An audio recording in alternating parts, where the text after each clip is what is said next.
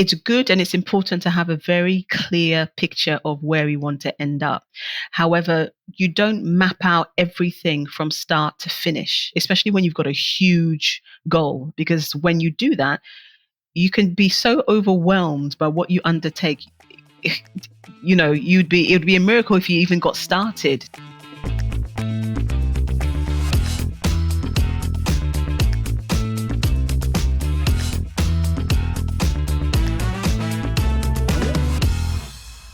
Welcome back to AudioLife Memoirs, the podcast where we tell your story in your voice. I'm your host today, Carrie Purcell, and today I'm going to be joined by a guest that you may have heard earlier in the year. She is an employment lawyer and also working to be the future president of Ghana. She has an incredible story to share. It's Naa Amerley Asante-Armar who's joining us again today. In our earlier conversations, we talk a lot about her life. So her upbringing, her experience with marriage, her experience living in both the UK and Ghana, her experience going through divorce, different iterations of work, talking a lot about her family and the support system that she's had around her. But all of it is the basis to her mission today. And at the end of our episode, we talked about her future, her campaign to be the future president of Ghana. Now, Ghana has just gone through election December 7th, 2024. We're recording on December 17th, 2024. Naa did not participate in this election, but she will talk about the groundbreaking results and also her plans for 2028. So in this one, we take the life philosophy of wisdom approach that is one of our AudioLife Memoir question sets that we like to take people through. And it fits very well with her talking about her plans for the future of Ghana and for the future of her community. I hope you enjoy the conversation ahead. Okay, so before I get into formal questions, how have you been? I mean, there's so much I want to dig into, but just how has life been for you? Yeah, life has been good in terms of continuing the different work that I'm doing, different types of coaching, which I'm really pleased I've been able to use my professional legal background for, as well as the life coaching, which is much newer, if I can say that, as well as really reaching out to women to help them with different needs. So some of them being, womb, menstrual issues. Through the work I've been doing, I've been able to gift some what we call cycle teas. There's a lady I know who makes these teas from indigenous African herbs and things, and to really help balance the cycle, detoxify the womb. And that's been good to be able to do that, to gift those things, through the other work that I'm doing. So that's been really good. Wow. Still acclimatizing, to changes of season and things. It's very, not that I'll complain, but it's hot and very dry at the moment. So we are, just trying to, and it's a bit of a shock because I was recently back from the UK. I think I'd said I was in London. I was visiting family and friends, and that's right. The difference to the times when we got to the -0 and a bit of snow, and then you get back here and like in the evening it's 28 degrees. But I appreciate the contrast. Yes. Yeah. Well, I'm not in the UK, but I'm on the other side of the world. And so, we're at this stage. It's not snowing at the moment. It's cold and wet. And yes, people in my position are dreaming about being somewhere warm right now. So or making their plans to get there somehow. Exactly. Yeah. You've got it. I remember from our last conversation, amongst many things, your statement, it's not if, but when. And I want to bring people back to just a reminder of what we were talking about, because I think it's a very powerful statement. So without me giving too much background, talk to us about not if, but when. So to cut to the chase, the not if, but when was, it's not if I become president of Ghana, and the first female president of Ghana at that, but when. Because it's been a journey thus far, I guess, to get to that realization. And I'm trying to remember what I had said before, but in terms of, let's say, quick dotted history. 2016 was when I was doing some, work, self-development. Marriage was breaking down, but I had a realization that I want to do some work to contribute back to Africa as a UK-born Ghanaian. So that was quite vague, but still lovely. I thought I want to do something back in Africa. Then came 2018, where I literally had a very vivid dream of being with family on my mother's side, women on my mother's side, and the message was, I need to go home to Ghana and help my sisters, the women.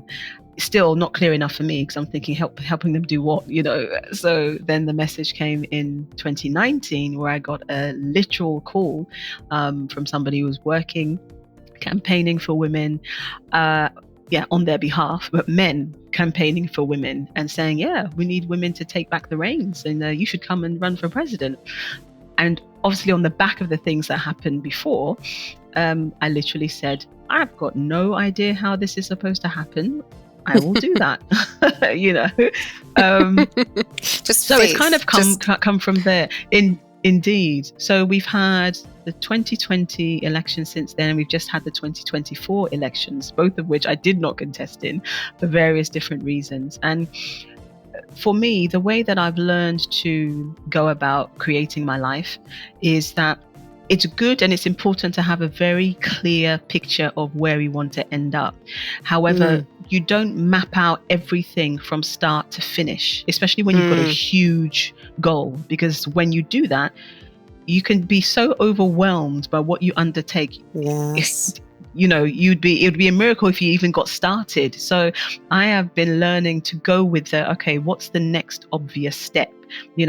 First speak about it. Get interest, resources, support. Go to Ghana, land. Now how do things look like from here? Now need to get used to being on the land, children, school, all of these different things, testing the temperature, speaking to people.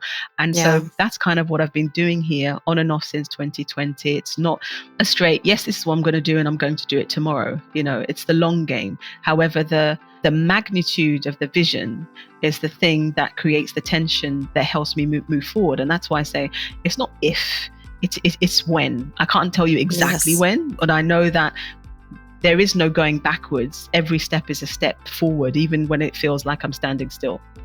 Yes, it's incredibly well said, and very, very clear to have that vision, to have that goal, not necessarily know every step, but that it's pulling you, right? That it's pulling you in that direction.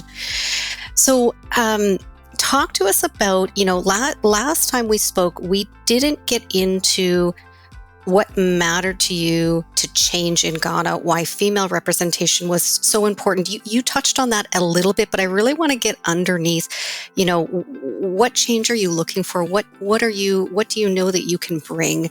If you had I don't know if you want to use these words, but if you had a platform, what is it that you stand for? It's a good question. I think I stand for what is natural and balance. I think balance, as in representing that everything and everyone has a purpose. And I don't see, it's not even that I don't believe, I don't see that everybody is able to be utilized or to perform to their fullest potential here in Ghana. Not only just in Ghana, but obviously my focus is Ghana. And in particular, the women and then the youth. So with the women, we are statistically the majority of the population, call it 51%, hugely underrepresented in government, in parliament. I think now we're at maybe 12.5%, 13% representation, in our biggest decision-making entities.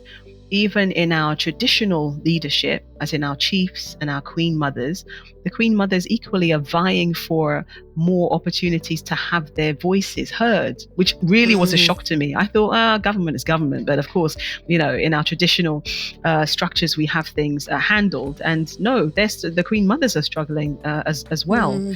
And it's not a question for me about competition. We can often get into that place of, who's better than who? For me, what I really am passionate about and stand for is enabling people to play to their strengths. So we are born differently, made differently. We have different strengths. And sometimes in this world of, I'll just call it political correctness, you don't want to offend anyone or what have you. I think there's a real hesitation to call things as they are. There are things that when we are born as women, we have a natural ability to do. We didn't necessarily learn to do it. We are hardwired biologically, physiologically to do certain things. For example, our womb is connected to our brain. I didn't know that until much later. It's connected to our brain. So when you look at it like that, we obviously realize that our brain is a very important function. However, when we talk about our womb, it's babies or menstruation. That's it. But actually, no, from that place becomes a lot of the decisions that we make, not just for our biological children, but for the environment, for like our community. There's a benefit to that we're always looking out for other people. There is trying to get a balance of the masculine and the feminine energy, which is not just about men and women, because both men and women have both masculine and feminine energy. And what is being sat on or oppressed in many places, but including here, is the feminine energy, which is our ability to nurture, to love, to be compassionate, to be caring, to collaborate and not compete. All of those things which seem like the soft, fluffy, candy floss type things, they are definitely what we need now, because we already have a lot of the hardcore, execute, implement, regiment, rigid, inflexible. We already have a lot of that stuff. And we're not saying we don't need that stuff. We're saying that has tipped the scales, that we have too much of that. And there's been no space, or not as much space for can we talk about it? Can we have conversations without having to uphold that somebody is right and somebody is wrong?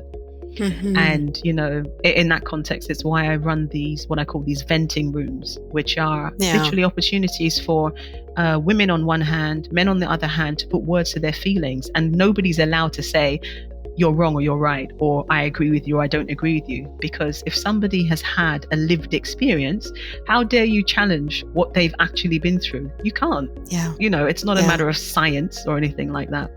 So ultimately, I want to see that Ghana makes the best use of its resources, including its human resources. And at the moment, the women and the youth, that's not where we're at. It's not where we're at. So I'll pause there for a breath in case you would like to say anything. I have so many thoughts and questions floating through my mind, but I don't want you to pause. I want to keep listening and taking it in, to be honest. Okay, fine. You may regret that, but let me continue. So, so with the women, we have situations which to me are bizarre. So we'll have certain messages, and like I said, they may not be unique to Ghana, but they are here too. So messages or narratives like, okay, so the man is the head of the household or the leader, and so we have situations where still not as many girls, women, have education. But to me, what I don't understand is that if we are advocating for and sending more girls and women to be educated, then I don't understand that then if and when they get married, why the woman should no longer work and it only should be the man. I get the concept of, having the presence of the mother around, fair enough, but it's a heavy burden. It's a heavy burden for one person to carry the whole financial burden. Of course, there are lots of people that do it. It doesn't take away from the fact that it's a heavy burden, And so when we look at things like the life expectancy of men is lower than women for a number of reasons, but not just that. So they take on, or are supposed to, the expectation is that the men take on all these financial and provisionary burdens, which some of them do, not all of them. But then also scientifically, apparently they don't have the same nature as women who naturally, when there's a crisis or something, we will band together. We'll go to the girlfriend, the mom, the niece, the cousin, whatever it is. We will band together and support one another. not that there's men that don't do it, but it's not natural for them. That's the thing where we get this stereotypical, they'll go away to their cave.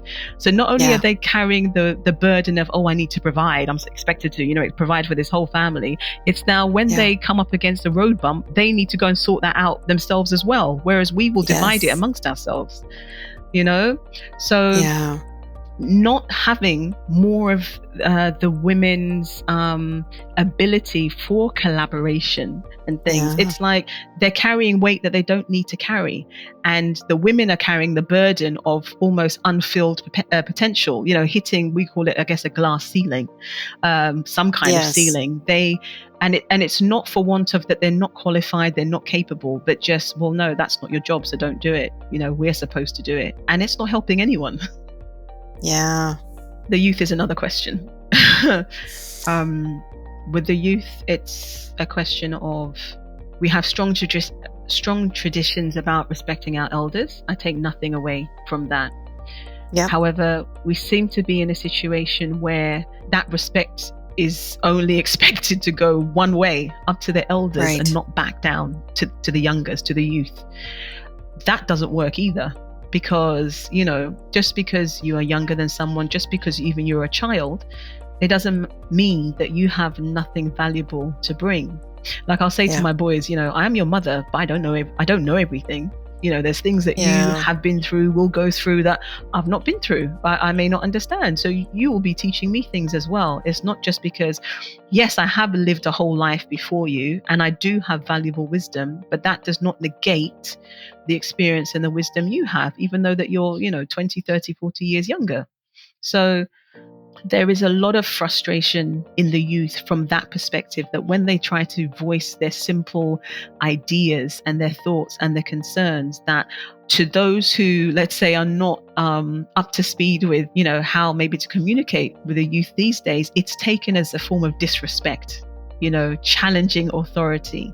There's a lot of frustration around that, I think, for our younger people. Yeah.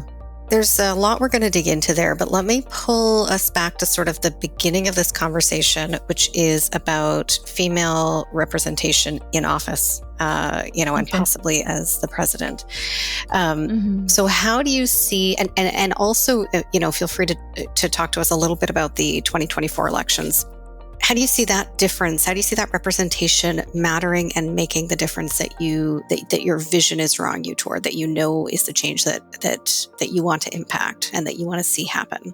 Well, first, without talking about, I don't necessarily talk about equality, but leveling the playing field. It's been said, maybe will continue hopefully to be said many times, that, wherever an important decision is being made, a woman should be there. If a man is there, a woman should be there. It affects the whole community, and especially when there's more of us, we should all have a voice there. Because for me, that is true diversity of thought. You can have all men there, and you'd expect there's different backgrounds and what have you, but still having experience of women, whether it's your mom, your wife, or having experience and looking back and seeing what they do, is still not the same as a woman speaking about what her experiences are. It's not the same. If we want to, especially when you have big challenges or you want to make big changes, you want to hear you want to have all the different perspectives so that you can navigate, in a way that everybody is covered. And so it's not a case of replacing one for the other. It is, how do we all come together to do this for the benefit of all? Yeah. In the current elections that just gone by on the 7th December, Ghana has now elected its very first, so there's been a change of government from the NPP to the NDC, and with that brings Ghana's very first ever female vice president in 67 years of independence, which is huge. I mean, it's a first. It's a first. So that is being celebrated, and it is a huge milestone, simply for the fact that we know the saying that a picture paints 1,000 words.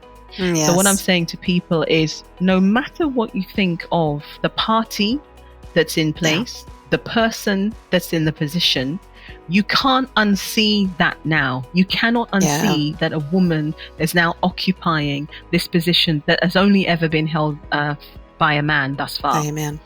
And that sends off so many, ripples of, oh, I can do that maybe.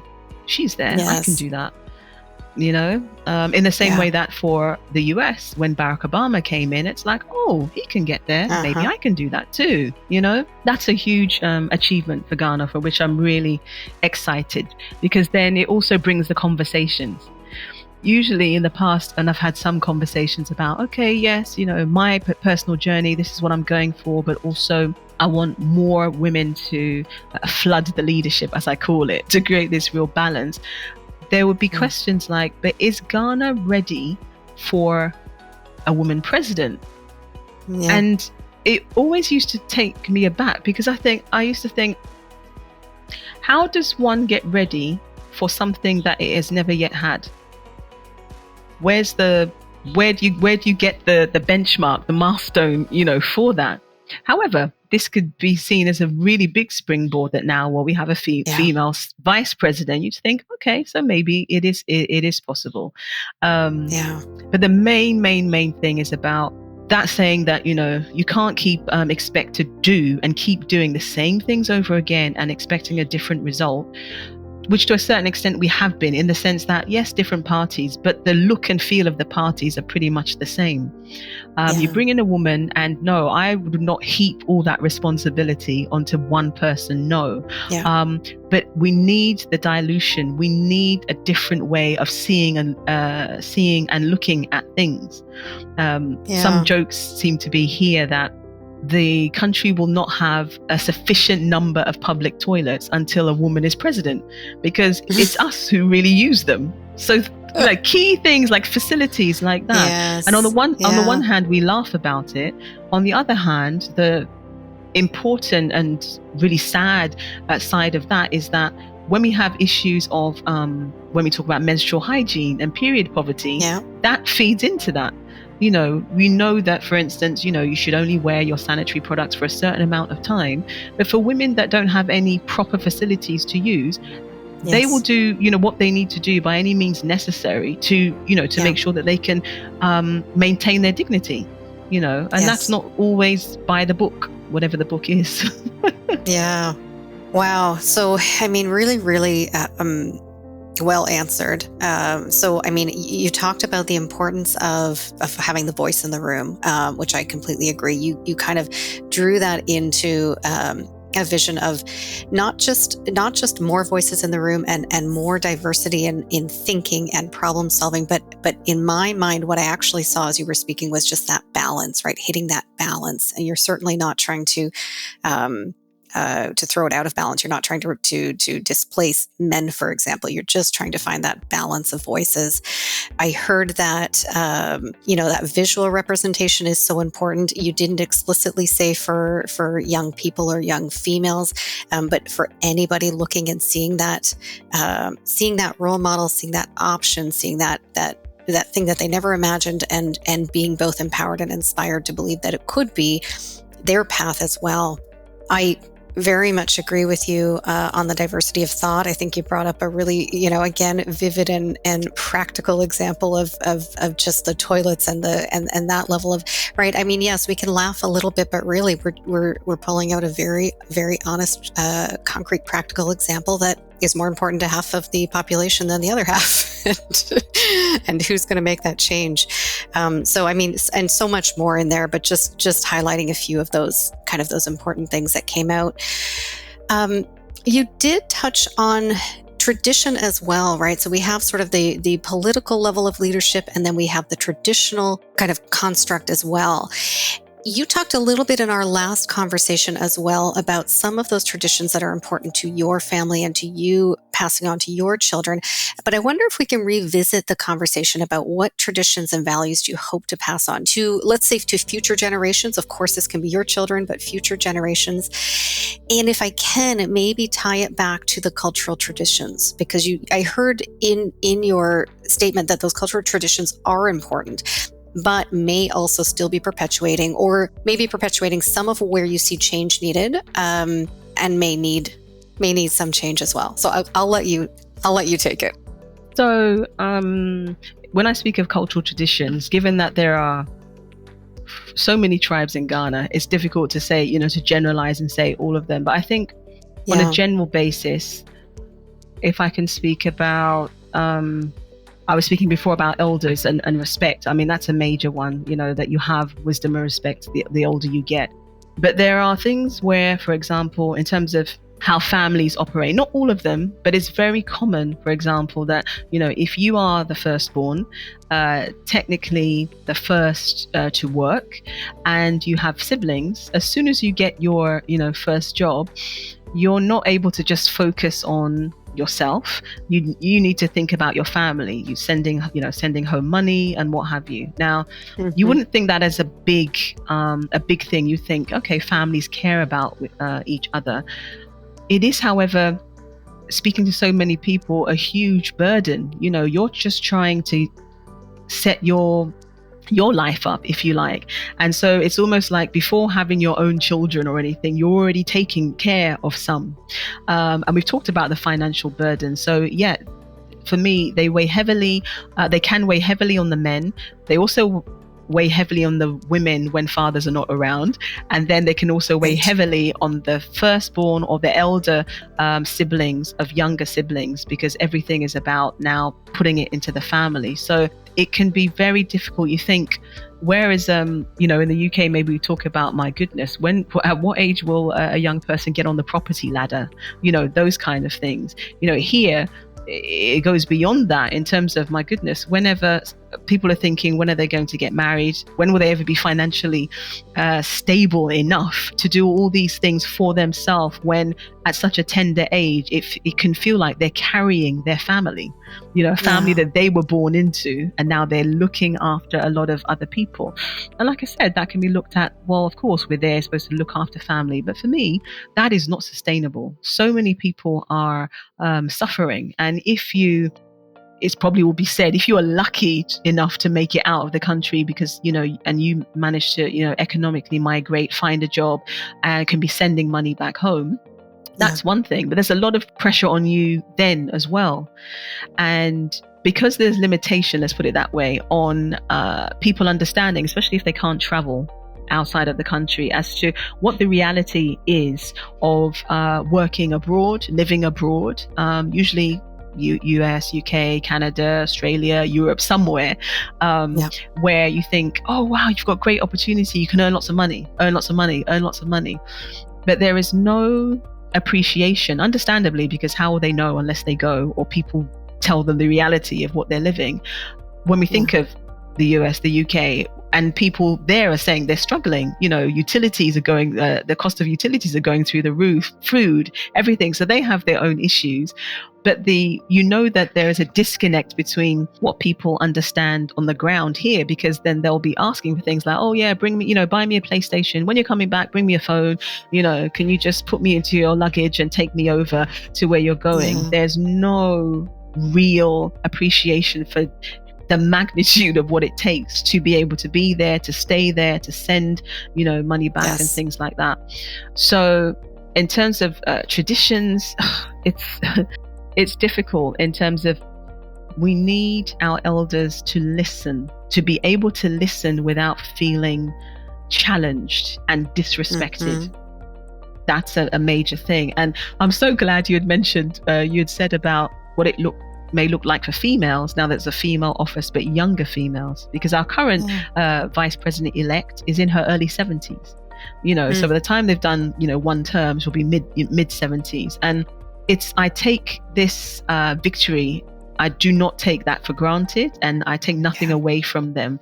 However, that too is not sustainable. Our country, Ghana, has been run for many years by elders, as in people who are more in their 50s, 60s, 70s.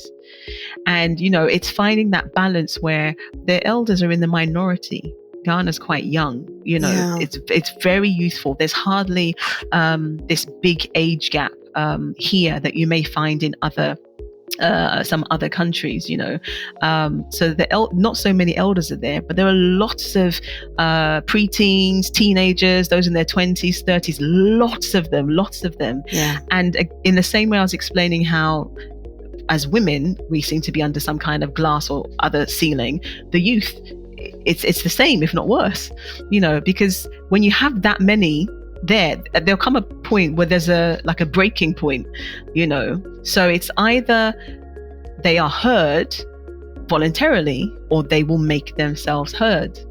Yeah. So there've been a few protests, and not just by the youth, but a lot by the youth for different aspects of what they want. Some of them in education being promised certain things and that not happening, trying to get that across. So it's that thing about, yes, the elders listening to the younger people and how can they work with them, not suppress them or oppress them, and it not look like, okay, well, just because we say that you're older, can you step aside? But it doesn't mean that we don't need their counsel, you see. There's still a need for them.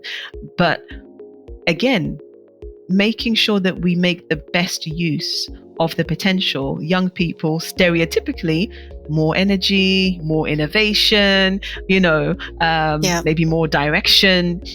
We're not really using that. It's all being stifled. And when it's stifled here, anybody that can leave, they do.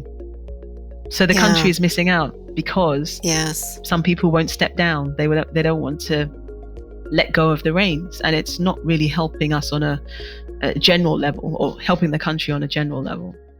Yeah. And now for a word from our sponsors.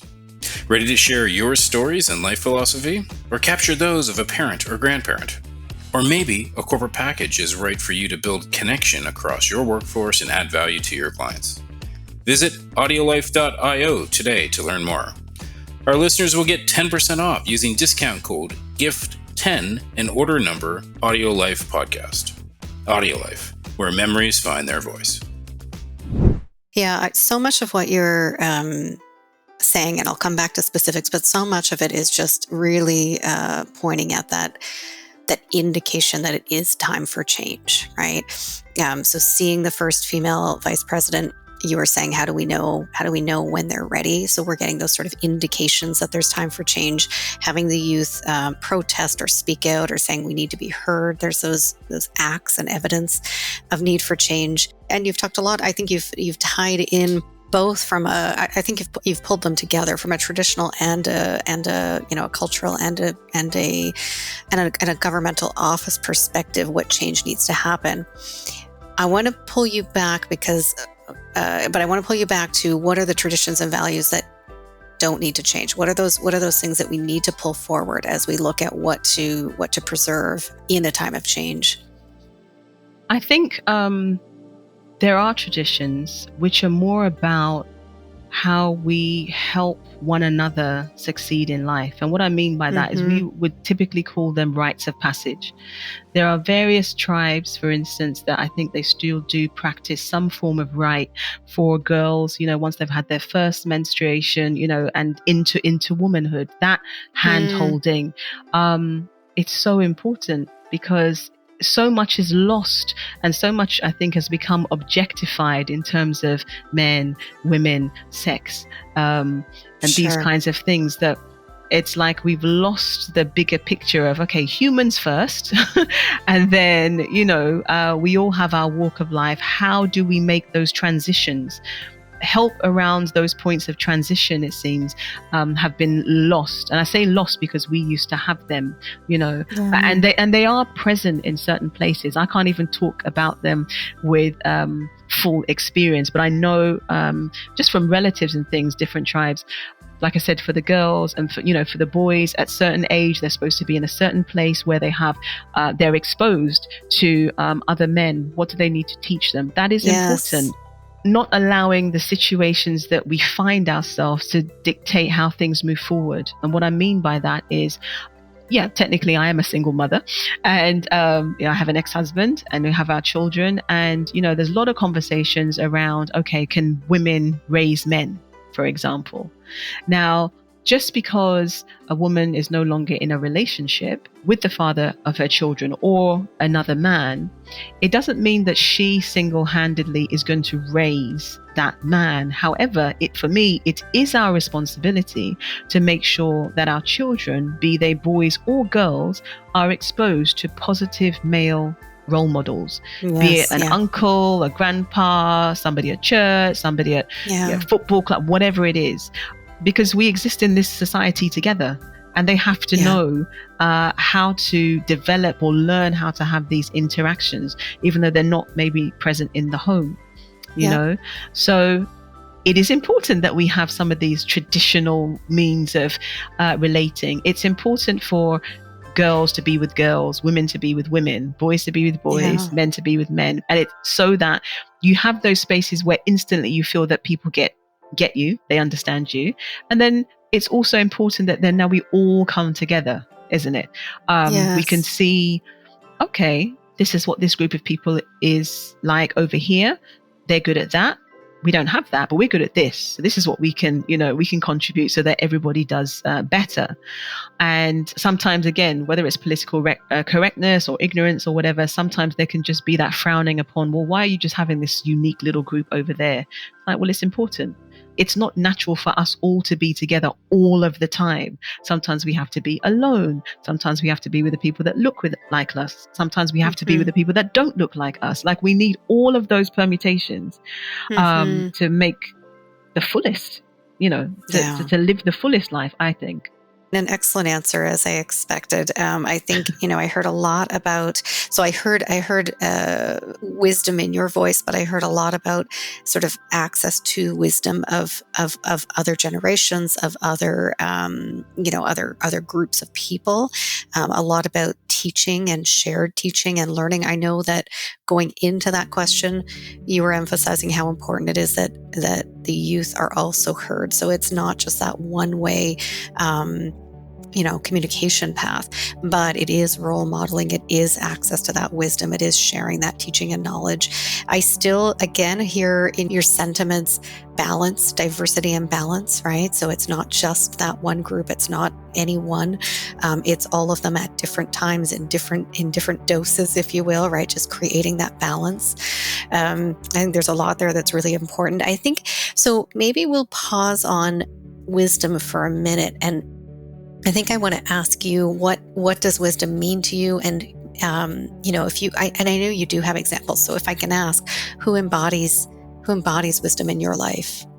Wow. I think I'm surrounded by wisdom in different ways. So there's my mother, obviously, the life that she's lived. We talk. I think even in the first one, I said she's very live and let live, She did not like to be, as the youngest of about 8, she did not like it that she did not have a voice.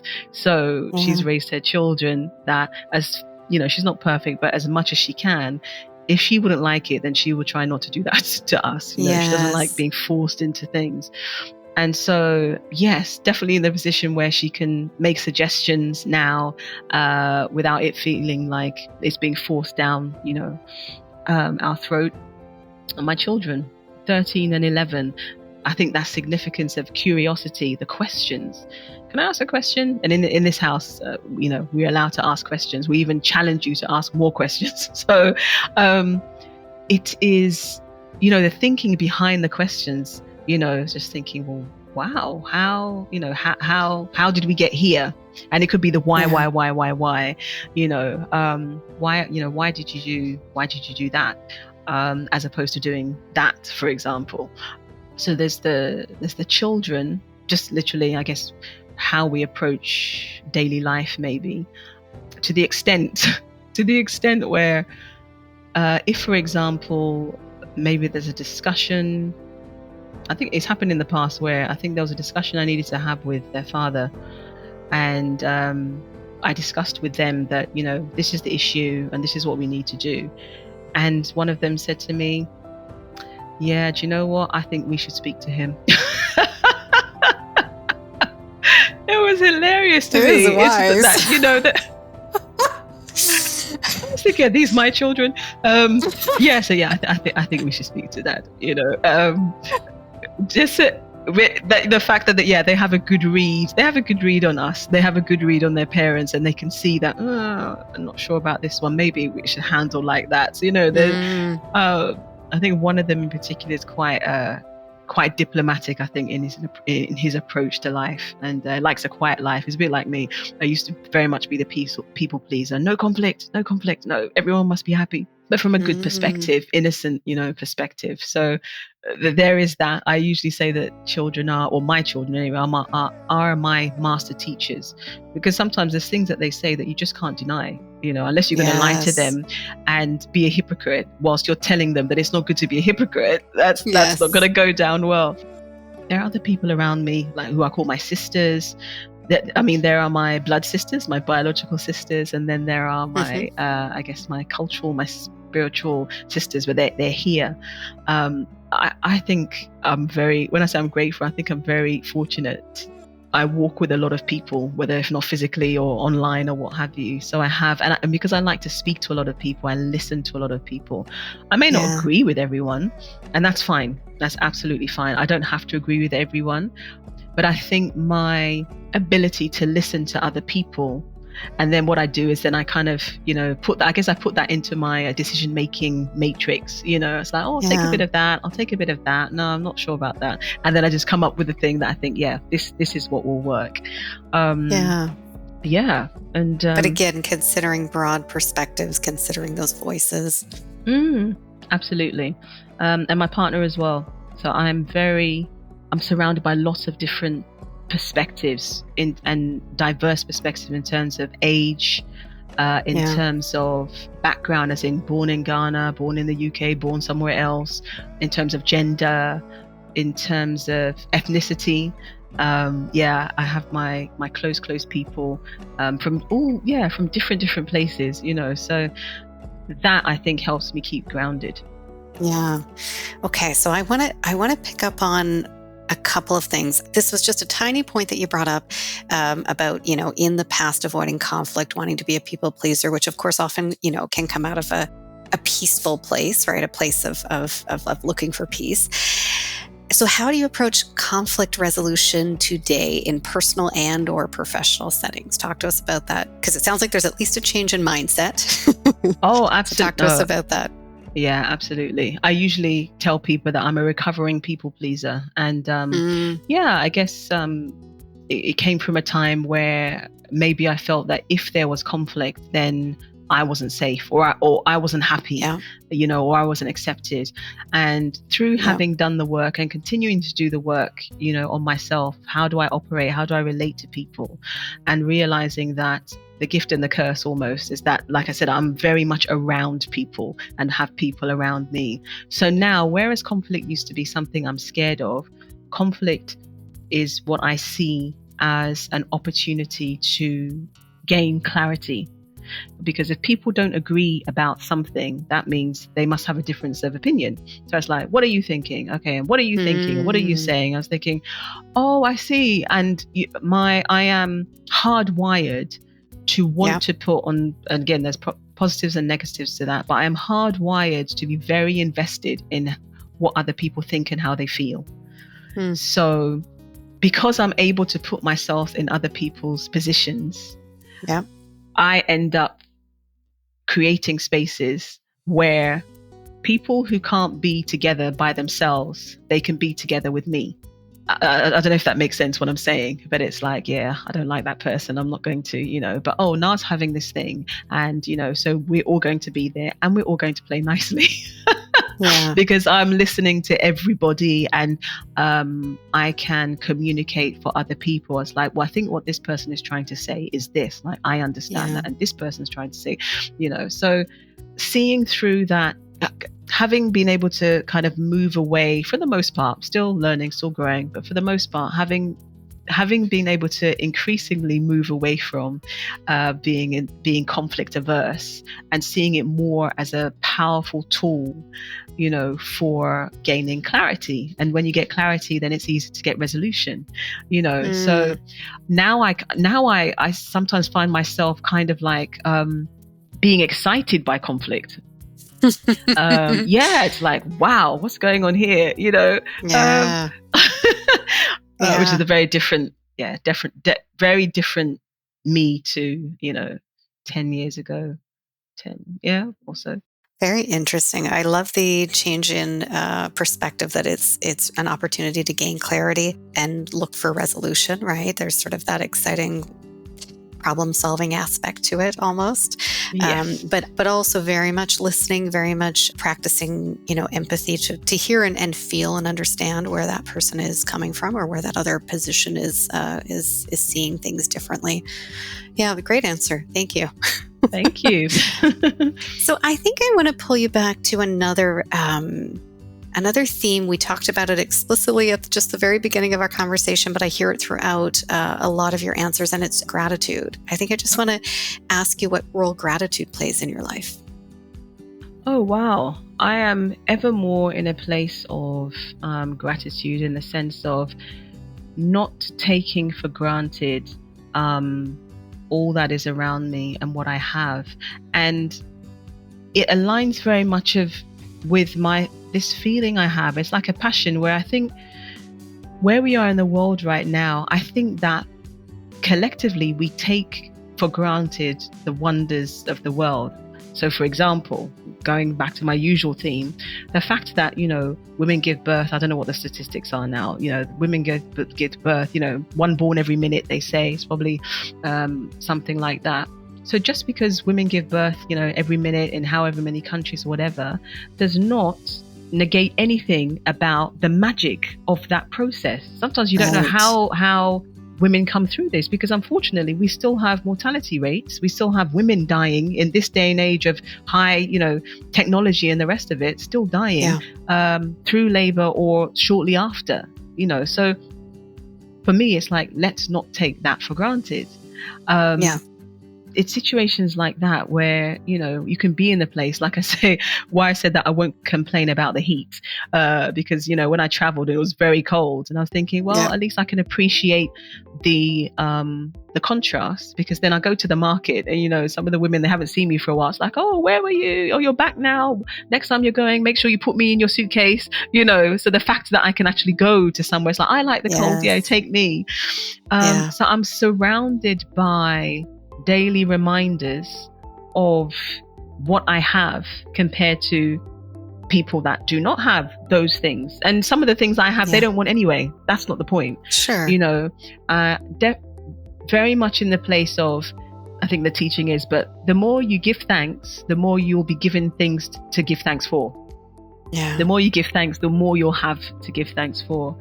And now it seems like I used to get the notion, the concept or what have you, but now it seems that it's like a natural part of my life. I wake up, oh, that tree is still there, the tree that I love, this coconut tree, or I hear the birds, I can move. I've been in Ghana since 2020 and have not seen the inside of a GP practice or a hospital. As in me personally. Wow. Anything, that's not to say that I've not been necessarily ill, but it means that I've had the things around here that means that I could be treated at home, or, so things like that. Because healthcare is not cheap either. So it's making the most of everything that I have. And what I usually say in some of my platforms, I'll say, like, I'm here to rinse every iota out of every minute, that I can get. And I would love for people to be able to do the same. Because depending what your beliefs are, we're here once. I mean, maybe a few times, but in this particular lifetime, whatever, I'm here once in this form, with these people around me. So I'm going to make the most of that. So that's kind of where I'm at. And like I said, I'm even, it's great that it's not something that's forced. It's not something I have to remember, but I haven't always been in that place. Mm-hmm. How did it get to the point where it's natural for you? Where because it sounds like it's almost it's not rehearsed. It's just a shift in perspective, if you will. As simple as it may sound, it has been through affirming that. And I don't know what has driven me to being able to sustain maybe affirming that. Maybe when it starts, it may feel like work, like when you're learning to drive a car and the mirror signal, whatever, and then you start to drive where you don't even think. You get in the car and you go from A to B, and you don't even remember the route that you took. So it is repetition, and I've learned that repetition is mastery.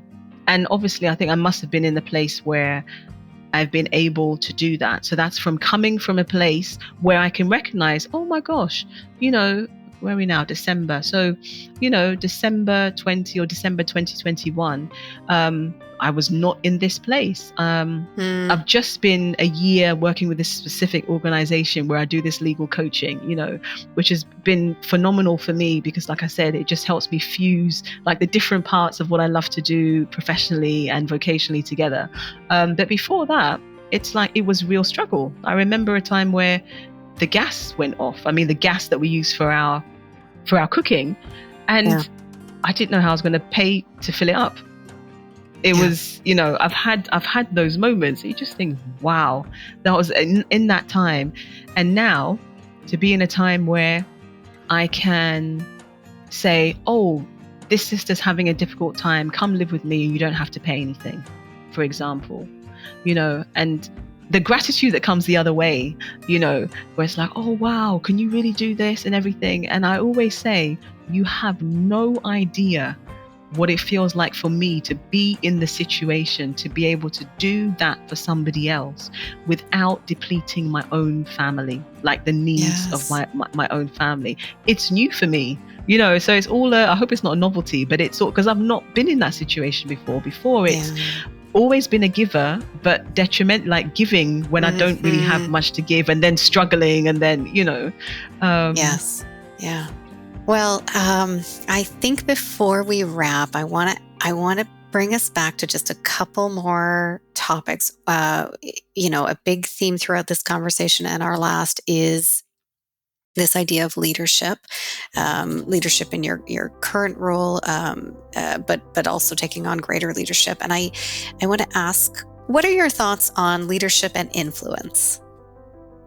Yeah, leadership and influence is such a big topic. I don't know if I could do it justice in the time that we have. However, I watched this really impactful message recently where it was talking about political leadership and how one of the problems that there seems to be is that people are taking up leadership positions as a job, so to be paid, rather than literally just for the good of the people.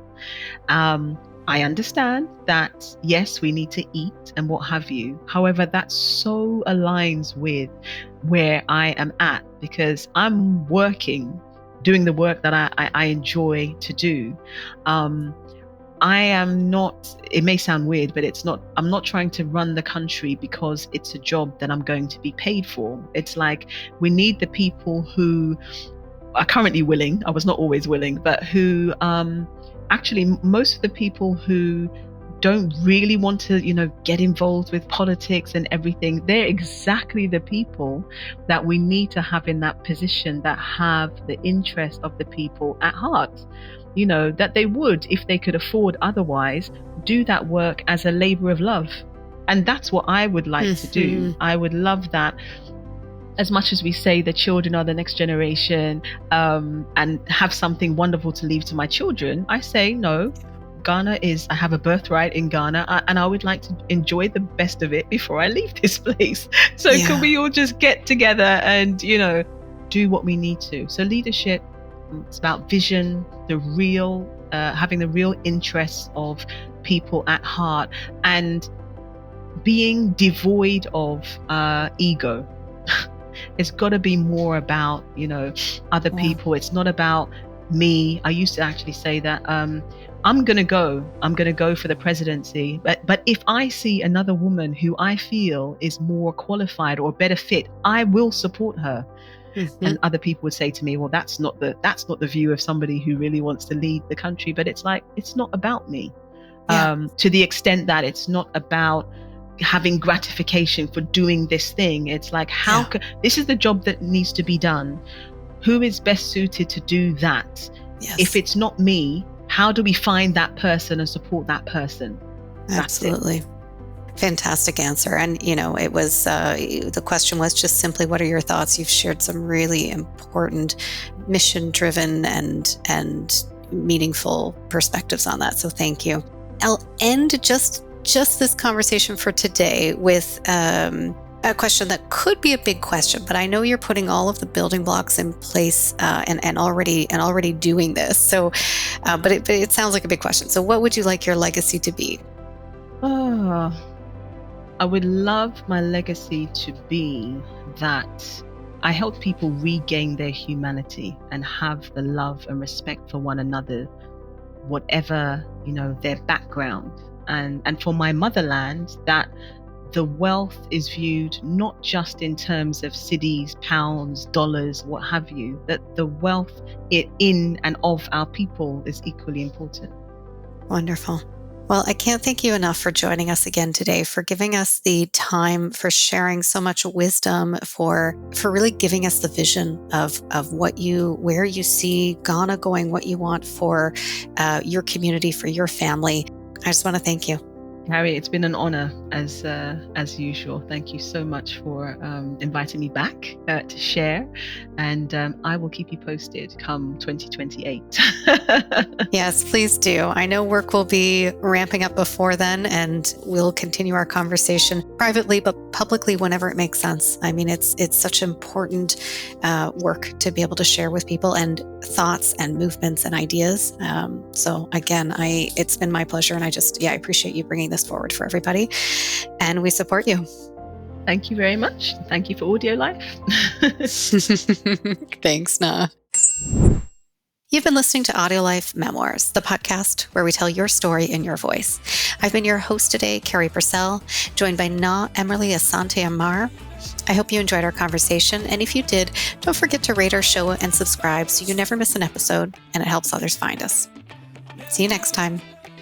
If you like what you heard today, consider recording your own AudioLife private podcast or giving one to a loved one for a unique and memorable gift.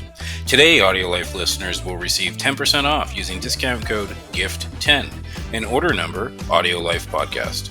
Also, remember to rate our show and subscribe so you'll never miss an episode.